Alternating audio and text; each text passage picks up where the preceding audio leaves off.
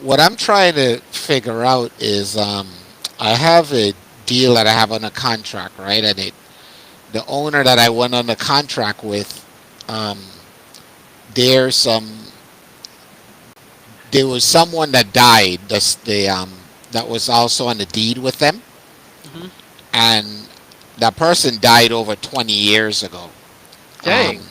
but apparently, what we found out, I guess, when we went to try to close it, is that person would not have the full legal rights to be able to sell the property. Those heirs, we got to get them to, sign off their interests so that Hmm. that person I'm on the contract with would have 100% ownership of the home. So I contacted one of the heirs, and that unbeknown, I did not expect this, but that heir, it didn't sound like that heir wants to cooperate. As a matter of fact, that heir is kind of asking questions like how much is owed. They might even want to just pay it off and take possession of the house, which is not what the owner that I'm on the contract with wants, nor do what I want. So, I was doing some snooping around and came across something called adverse possession. Are you familiar with that? I don't know if you could hear me. I lost you completely.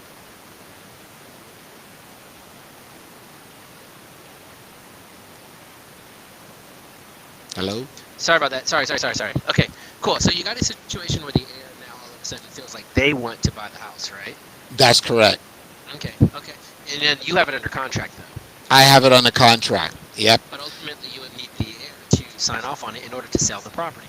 Which makes it a little bit difficult. Yep.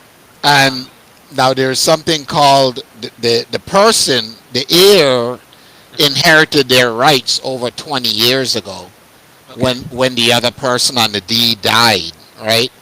Hmm. Um, and but the person that's living in the house that I'm on the contract with, they've been in there like over 25 years. Okay. So what I was asking you is, have you ever heard of something called adverse possession? Adverse possession. Yeah. Like they have. So they. I don't know how adverse possession would work here. I've never like seen adverse possession like take place, so I'm Yeah. not quite sure exactly how that's going to work. But yeah, I've definitely seen that. Or no, I've heard of it. I think you would probably have to figure out like the laws on adverse possession because the person could have it, especially if they've been living in the house for so long. Like that would be a situation that qualifies for adverse possession. Um, so no, Well, I mean you would have to. Yeah, that's crazy. well, I already Terry would know.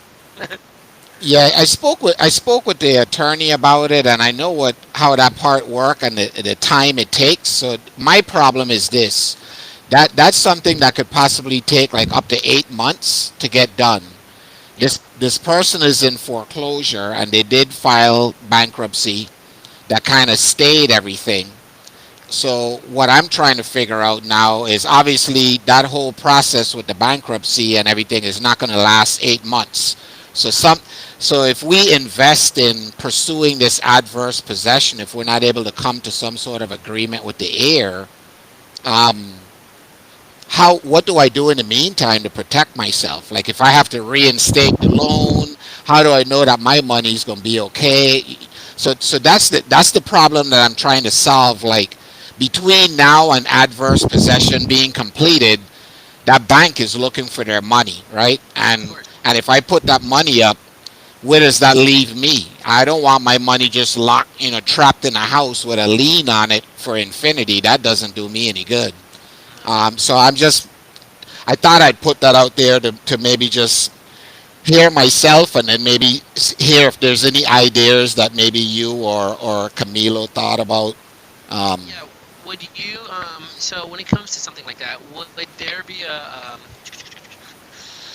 um, why would you why are you going to be the one trying to pay for the adverse possession? So like why would you be on the hook? I would be, yeah, because the owners in foreclosure, they don't have two nickels to rub together. So yeah, I would be. I've already paid for a few things so far, title search, those kind of things. But yeah, I would be the one putting a few $1,000s into that process, and then I also would be the one if we had to reinstate the loan. Well, let me ask that question. So this person was in they're in foreclosure. The house was set to go to auction. They filed bankruptcy. Everything got stayed. That does mean now that we can now start talking with the bank about reinstatement. All those options are back on the table at this point. Is that So, right? yes and no. So you actually would not be able to talk to the bank because you would have to get a third-party authorization, and that would most likely be with the heir, especially if whatever heir is listed, because it most likely it says like to the estate of blank. If it's probably this person's name is on the foreclosure, but ultimately if they passed away, the bank is going to need some sort of documentation that states like that you have third-party authorization over an heir or with an heir to be even negotiate some of those things. So you would not be able to, unless the foreclosure is happening in this person's name. It is. They're one of the person that's alive that's living in the house. They're one of the people that's on the loan and on the deed. Okay. Then, And yeah, then you can start negotiating that with them. But ultimately, too, even in negotiations, like you would have to, um,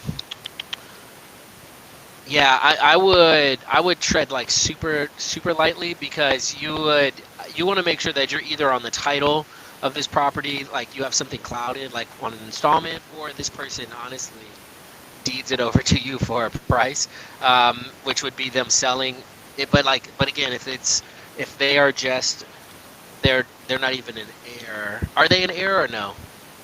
no, this person is one of the owners. So Right, let me. but what's the Go heir ahead. coming into the situation? The heir is the heir of the deed. So just imagine this: there's two people on deed, right? That are Okay, I see what you're saying. unrelated. They're unrelated, and one of them dies, and they're Yep. unrelated.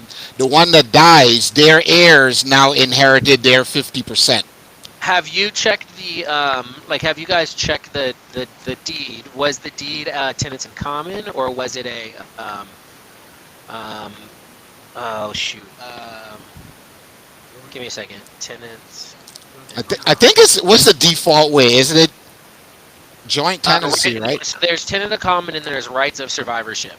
So like rights of survivorship means the other person gets it if they die. Tenants in common means that it's 50-50 and then it goes to the other heir. So I would check that deed and see if that deed says by right of survivorship or tenants in common, because then I'm, you I'm, won't even have to worry about the other person at all if it's right of survivorship. yeah, I think the attorneys already pulled that up, and that's why we're in this situation. But I have the deed. I'm gonna look at that real quick. But I'm pretty sure it's a 50-50 split, or Tenants in common. the attorneys probably would have already caught that and be like, hey, we don't even need to but You'd be surprised.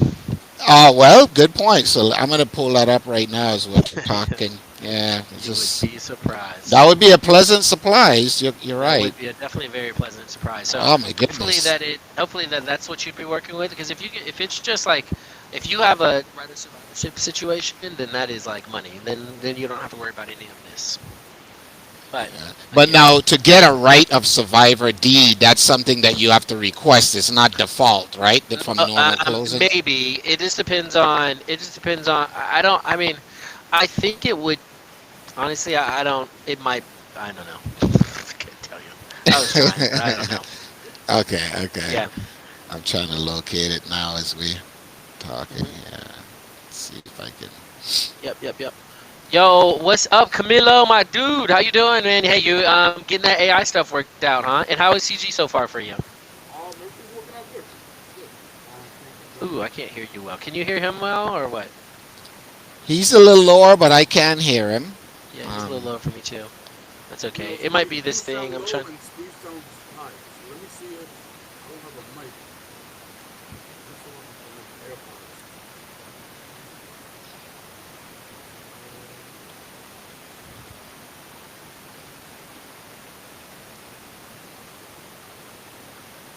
That's all right.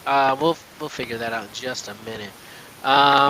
All right. Well, cool, man. Yeah, man. I hope you're doing well. I hope you're freaking crushing it. It sounds like you got a lot of good things going on. Some things in the fire, especially in like the AI game, which I enjoy playing in, and so hopefully that does really well for you guys. Because I just started moving towards kind of setting up our process to be fully like integrated with AI as far as follow up. Like, so we won't really have like lead manager anymore, any of that stuff. It's all going to be AI based because I don't want any leads to slip through the cracks. So I'm pretty excited about that. I think that's going to be a good move for our team in handling a lot of the leads that have been coming in. Let me see if he's come in yet.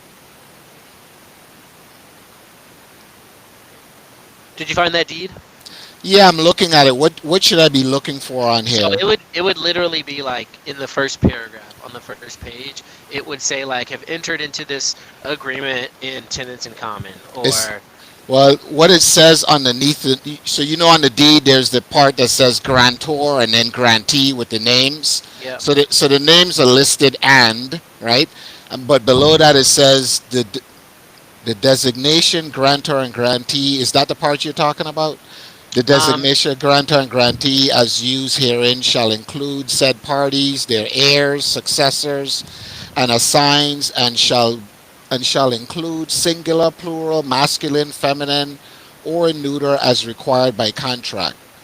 Um, Witness that the here. Let me do this. Yeah. Yeah. I don't see anything that specifies whether or not it's. Very interesting. What state is it? North Carolina? Yeah, it's in Charlotte. Yeah, that's strange. That should be a tenants in common situation, or it should 100% tell you. Yeah, I guess if you want to like share it or look do whatever, I'd love to take a look and see if I can help you find that and figure that out. So that would be helpful for you to kind of know for sure. Let me do this. Yeah, give me a second. I'm going to. Cool. Okay, while you Camilo, you guys are. there? No, yeah, sorry. I was trying to figure out these AirPods to connect, but it's not working. Oh, no But yeah. problem. And I can hear him. I can hear Camilo. Can you not hear him that well, Yeah. Devin? I can hear him. I can hear him. Okay. It's Okay. not super loud for me, but I can still hear him just fine. All right, I'll cool, rock cool. with that. No, but yeah, everything's going good. Trying to get this AI stuff going.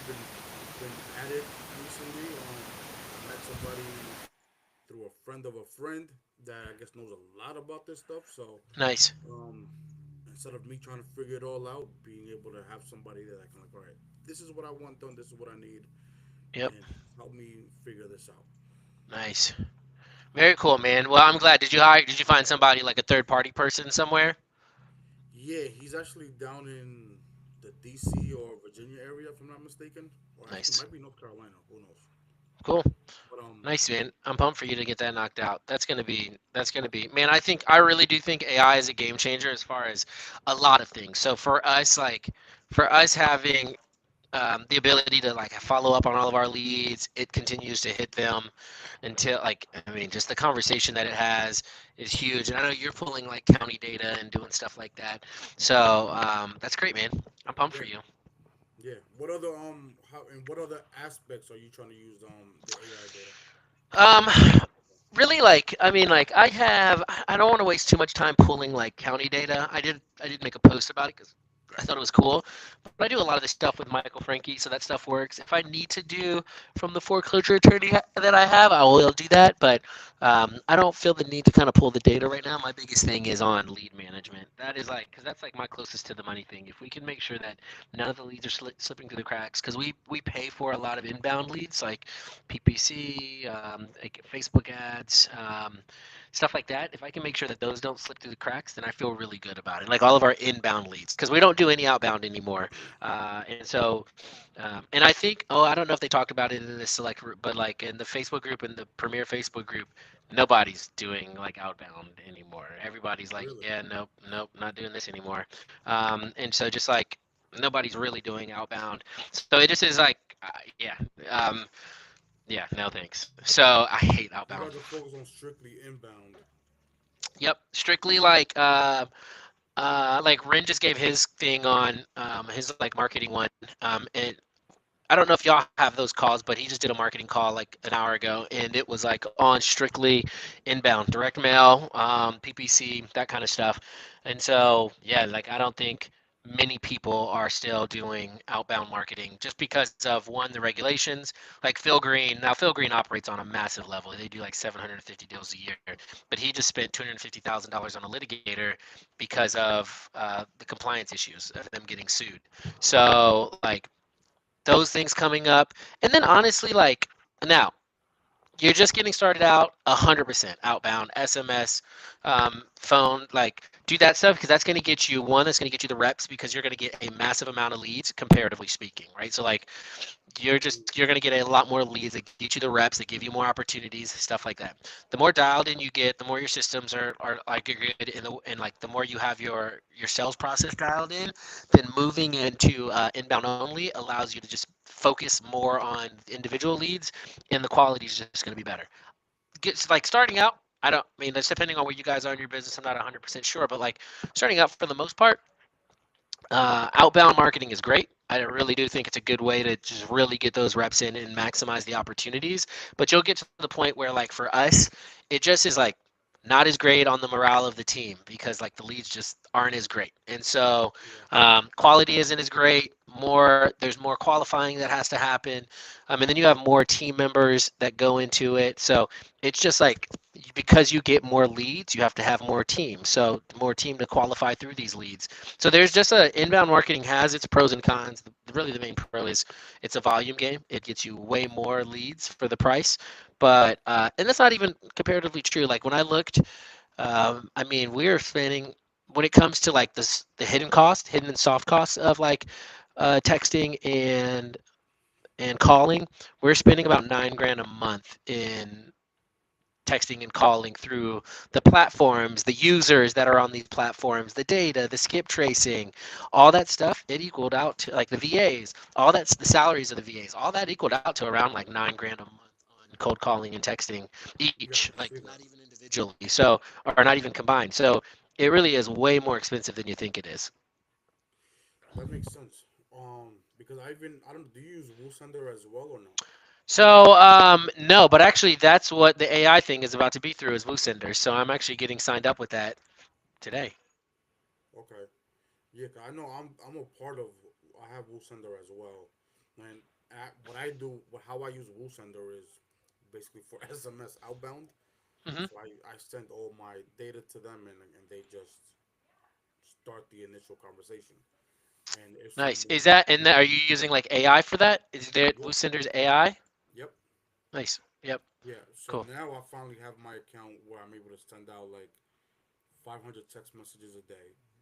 So that's what it's doing for me now, and it's also, I guess, the one thing I haven't done yet, which I should be doing, the most important piece is integrating that with my CRM to be able to Hmm. also, send out follow up texts and things of that nature for like drip campaigns.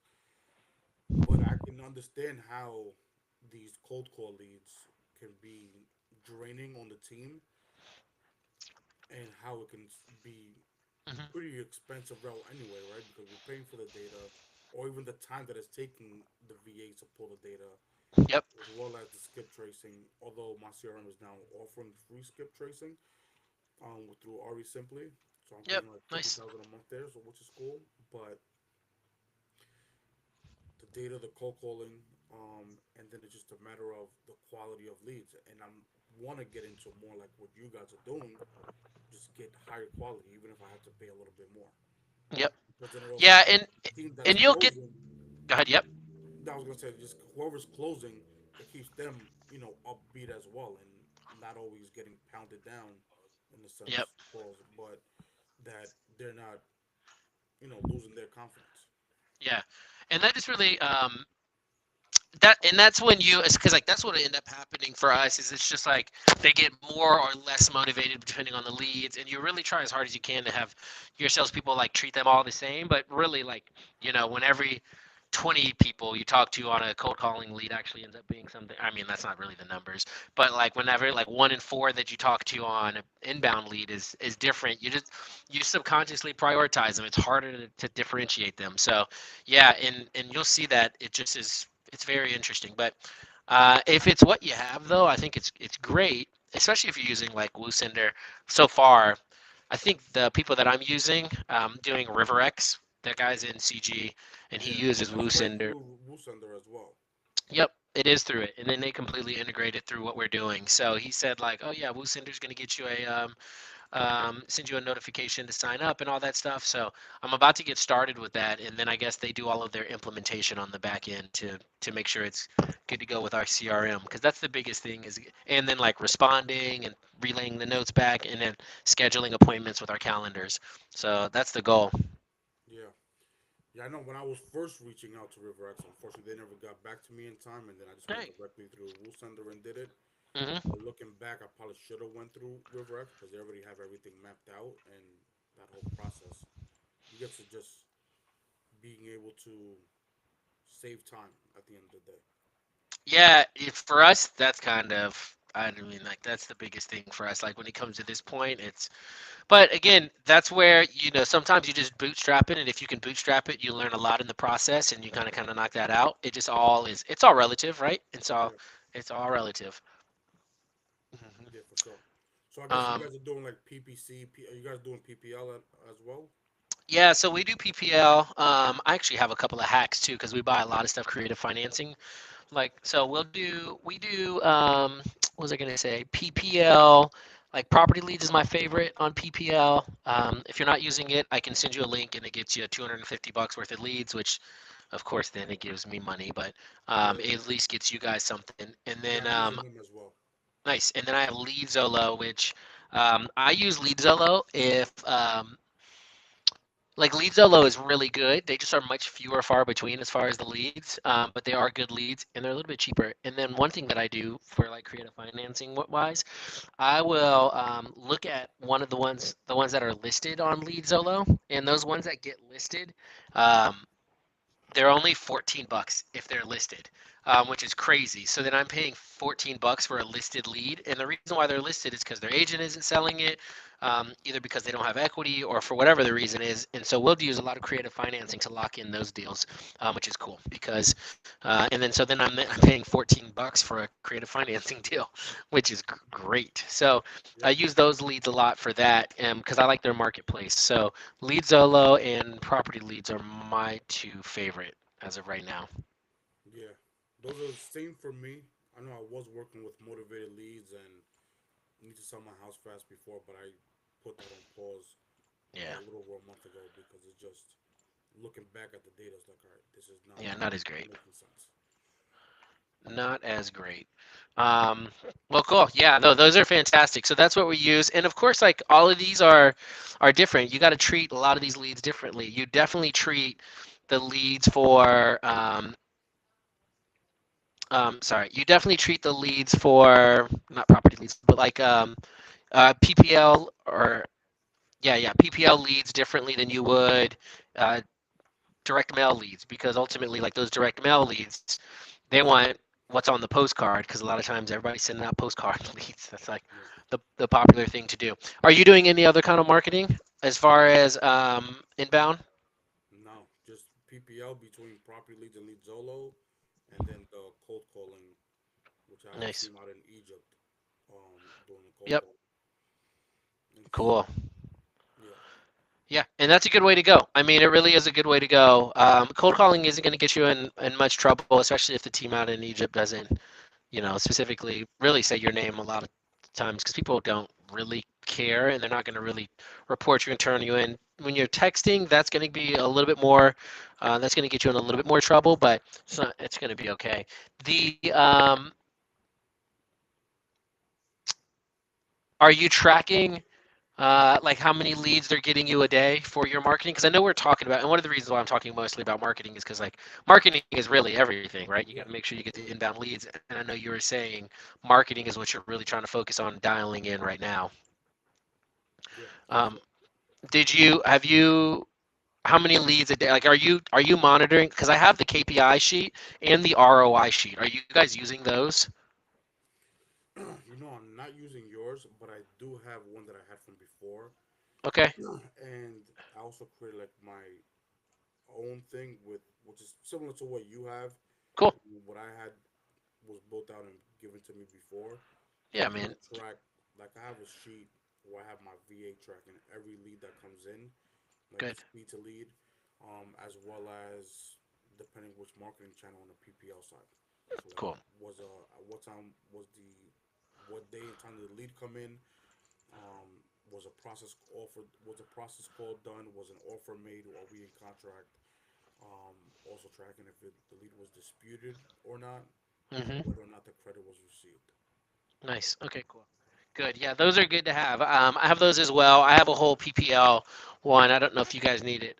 Steve, have you tried any kind of PPL? You're focused mostly on foreclosures, right? You're muted. You're muted. Oh, there we go. Okay. I'm sorry. Yeah, Oh, no, you're good. I haven't done any PPL at all. No, the only inbound I've done is, we send out mailers sometimes, like the little postcards. Um, but I'm Yep. really focused on foreclosures, so yeah, I haven't been doing Cool. those.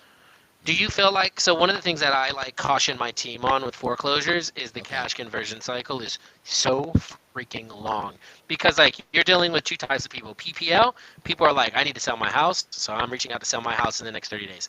Foreclosures, I don't want to sell my house. I'm trying not to sell my house. So like I will draw this out as long as humanly possible, but the payouts are bigger, Yeah, but it's like man, the it's a people are cycle. yeah, people are.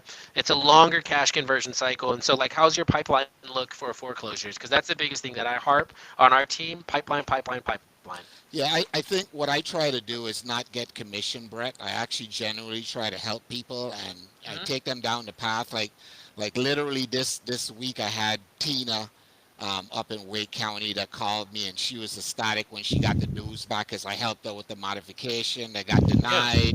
Then she appealed, and they got approved, and she was just over the moon on it. So I've helped, but it is a long cycle. I have a guy, like, for instance, just basically just giving me the house. So I'm right now. nice. I got to get with the bank and figure out what this dude, because they wouldn't give us a whole lot of information when he was in foreclosure, but he Hmm. has filed bankruptcy, and so now I got to figure out like what he owes. I know the house has a lot of deferred maintenance, and figure out, do I want to take it over by like a creative method, or do I want to push it down the short sale path? I think I had asked you about that before, and do Yeah, and that. I don't know much about the sword sale stuff.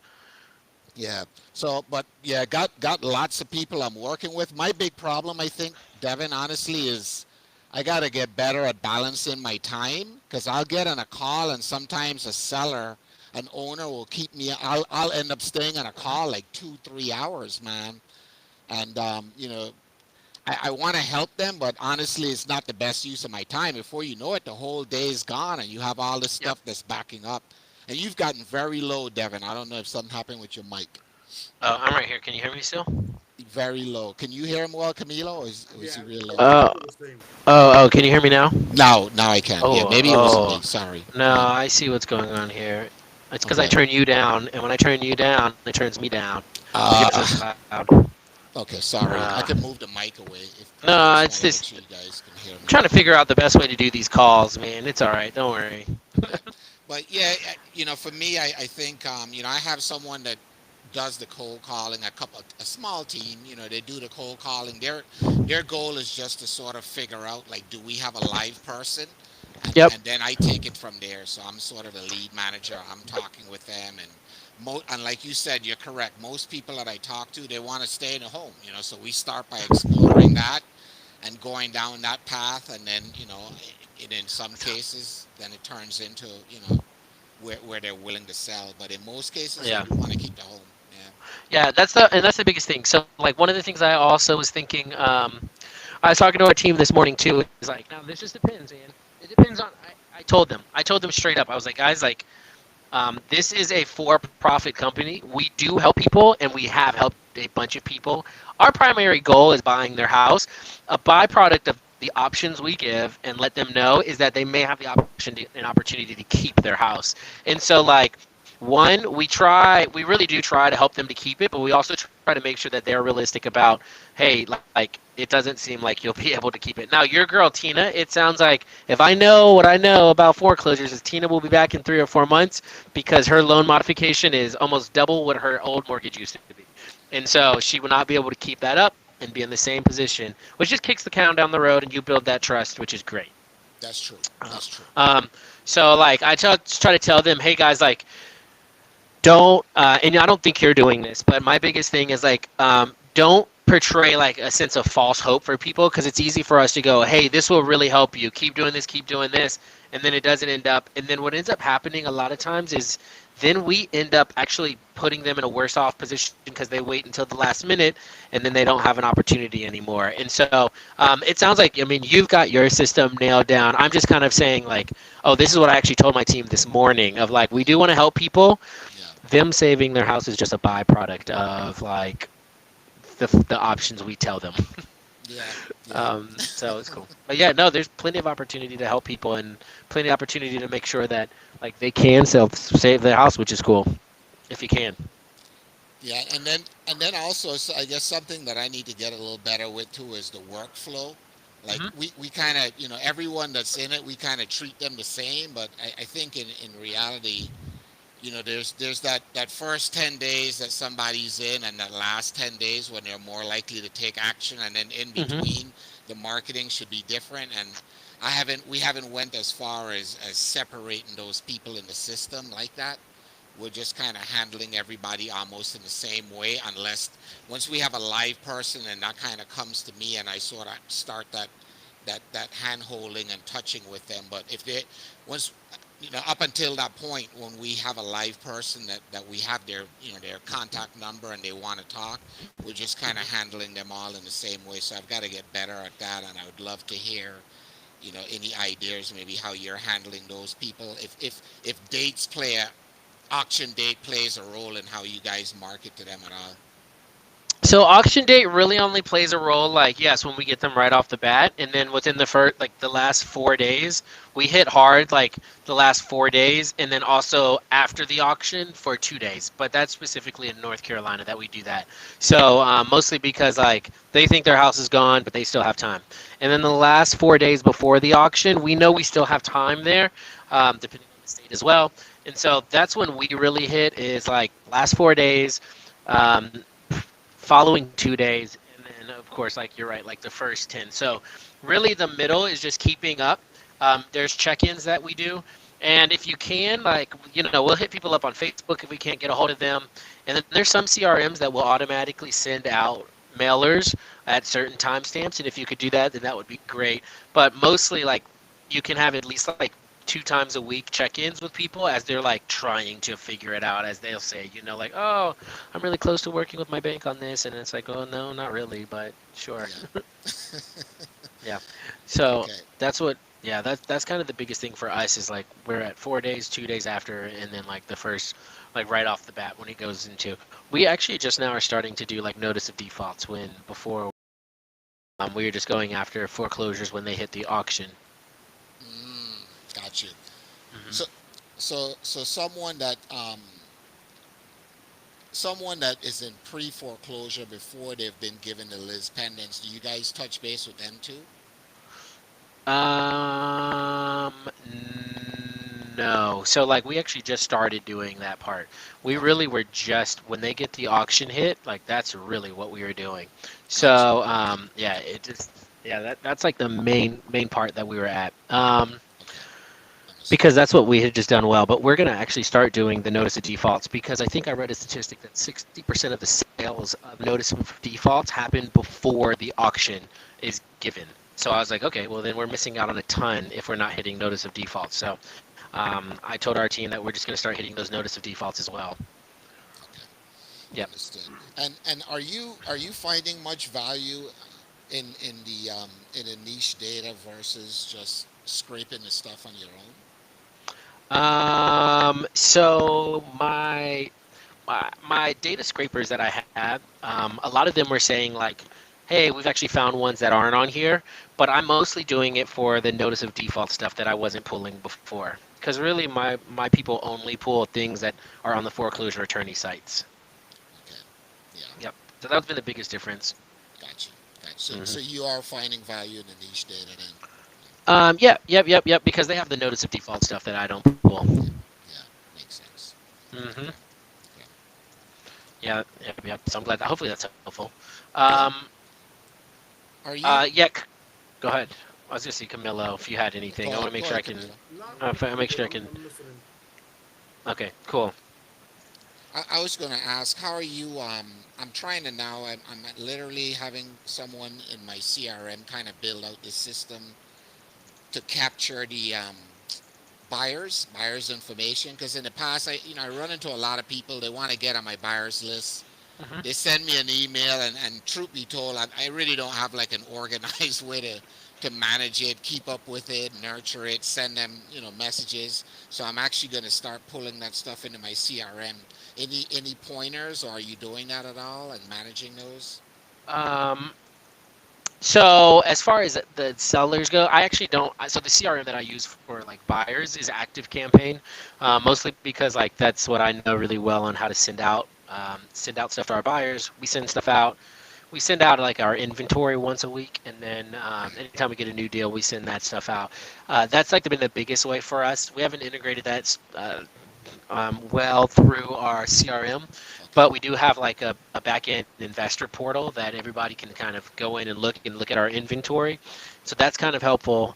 And then we are actually, so this is really interesting, Camilo. Like, so the WooSender, the guy at RiverX, he's actually building it out so that we can actually use WooSender and for our buyers list. So then that's going to be really helpful because then there can be AI conversations happening with our buyers list and gathering data on our buyers. And then that goes into our CRM, and that's really helpful too. Nice, Yeah. nice. Yeah, So that's kind of what this we're is going to kind of plan on smooth doing moving too, because I know RiverX is cheaper than what I'm paying for Woosender. which is very interesting because they use WooSender. Yeah, but they probably have like they're white labeling it in a sense, Yep. and Yep. So they have that kind of thing with the white labeling it. So that's what we're doing because that's great, man. They're going to be using for our buyers list and everything. So I'm pretty pumped about that. They're building that out. And like again though, like you may have just when you did WooSender, you got started right away. Whereas they're like, hey, this is going to take 2 to 3 weeks for us to get onboarded for you.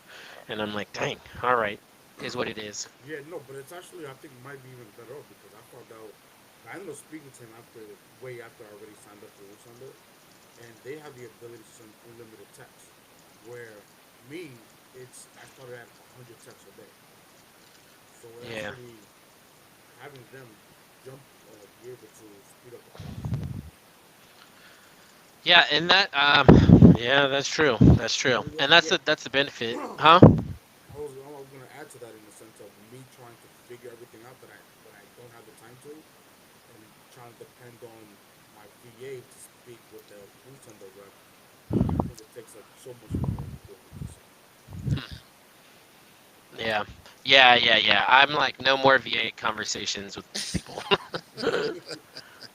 Yeah. Uh, yeah. And it just depends on where you are, right? Because like it is an investment. I think like they've got like the whole $5,000 onboarding, and then you have $1,000 a month to use it, and so that's the investment side of it that you pay into it. That's for Yeah, Woo Sender or RiverX? No, RiverX. River. Oh, okay. yeah, but Woosender is I think a 5,000 up front and then 2,000 a month. Dang, Okay. dang, that's crazy. Yeah, Mm, alrighty. Okay.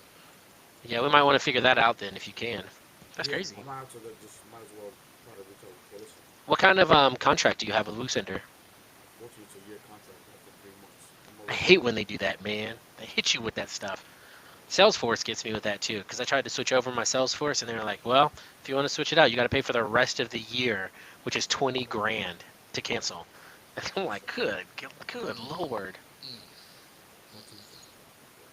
good lord. wow. Cost of doing business. Yeah, it's true. Yeah. So, are you using any other PPLs besides the two you mentioned between Louisiana No, and Property Leads? no, those are literally it, man. So I What kind of budget are you doing a month, if you don't mind me asking? Or how many leads are you uh purchasing a month? so I was right at like 15K a month for the beginning of the year.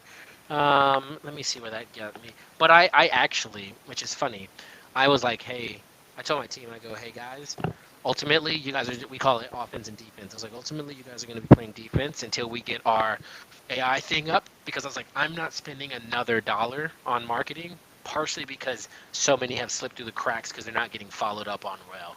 And so, like, if I'm going to spend money, I don't want to waste $300 a lead or $200 a lead because it's not going to get followed up on well. I would rather wait, save up the money, and then just pour it into marketing, knowing that it's going to get followed up on um, when I have the right systems and processes in place for it to get followed up on. So that's kind of my plan. So the first month we did like 16K on PPL, and I gotta pull up my How data many on. leads did that get you? Yeah, let me pull up my data. Now I was doing a lot of, so this is where to be a little bit different for me because I was doing a lot of here we go. Um, like I said, I was buying a lot of the on market stuff. So, yeah, on market stuff too, which is cheap. Yeah. So I got 92 leads for 14K. Um, Oh, wow. Okay. and then, yeah, on average, I was spending 152 a lead. And then I have to go back and like get my. I actually kind of stopped monitoring it when we turned it off, so I have to go back and like retroactively add in all of our data. But the last thing I did with for February was like 30 leads, and I was only spending like $90 a lead because I was doing a lot of those on market ones. So, and about I have like how many responses I got. So, and this is one of the reasons why too. So like 92, and this is really bad for January. 92 leads, 35 responses, 13 appointments, and that really made me upset because that just means like we're not following up enough to get enough responses on that. So that's only like a 30 something percent response rate when we should probably be getting like 70%. 80% response rate on PPLs because those people are actively reaching out to us. Of course, they're going to respond. And so that just means like too many things are not getting, like, we're not getting to them in time. We're not following up enough. We're not doing something. So I was like, I'm not going to waste money if the team is not going to follow up on it like I Yeah. want, like we need to. Something I thought about implementing was like a bonus structure, which I'm probably gonna implement, like on to be able to promote the whole speed to lead thing. Because obviously we want them Hmm. to do it, but not everyone's gonna care as much as you. It's true. Thinking like a $10 speed to lead. If you for whoever gets the lead first within the first minute, we'll get like a $10 bonus per lead. Yeah, you don't shoot yourself in the foot on that though, too, though. Like, because you don't want them to. I mean, it's good that they'd be reaching out to those leads fast, but $10 a lead that they like are talking to in the first minute, it should just be a standard for them to make money. Um, yeah, Yeah. No, I agree. I just feel like sometimes like things slip through the cracks, or it's like, oh, I call them in 5 minutes. So it's like, no, no, no. It's not about 5 minutes. It's about doing it now. You know. But I Me. get what you're saying. You might as well. You're better off just setting the standard. This is what we have to do, and this is what it is. Then now you create another system you got to manage, right? To track that, I guess, track that they actually did that. Yeah. Yeah, makes sense. All right, so I'm not gonna do it. Screw it. Yeah. But fellas, I actually have to jump off to another call right now. I appreciate you, Devin. Pleasure meeting you, Steve. Absolutely, And Camilo. to the next one.